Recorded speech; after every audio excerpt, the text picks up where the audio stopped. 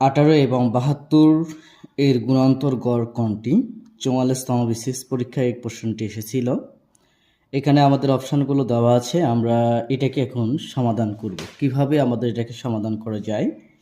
গুণান্তর গড়ের জন্য আমাদের একটা সূত্র হচ্ছে n পাওয়ার।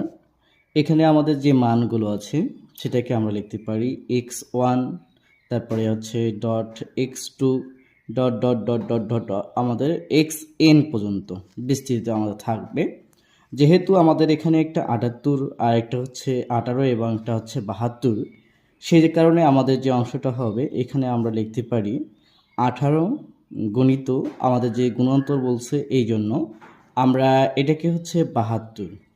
তাহলে আমরা যদি এটাকে ক্যালকুলেশন 18 আছে 18 থাকলো গুণিত 18 গুণিত আমরা 4 করলে এখানকার মান আসে 72। তাহলে আমরা 18 এবং 18 এই দুটাকে গুণ করলে হচ্ছে 18 এর উপরে আসবে কে স্কোয়ার। এটাকে 2কে আমরা 4কে ভাঙলে অর্থাৎ হচ্ছে 2 এর উপরে স্কোয়ার দিলে হচ্ছে 4 হয়। তাহলে স্কোয়ার এবং রুট কাটা গেল। 18 গুণিত আসবে এখানে হচ্ছে 2 ইকুয়াল হচ্ছে আমাদের 36। তাহলে আমাদের এখানকার মান হচ্ছে গ নাম্বার 36।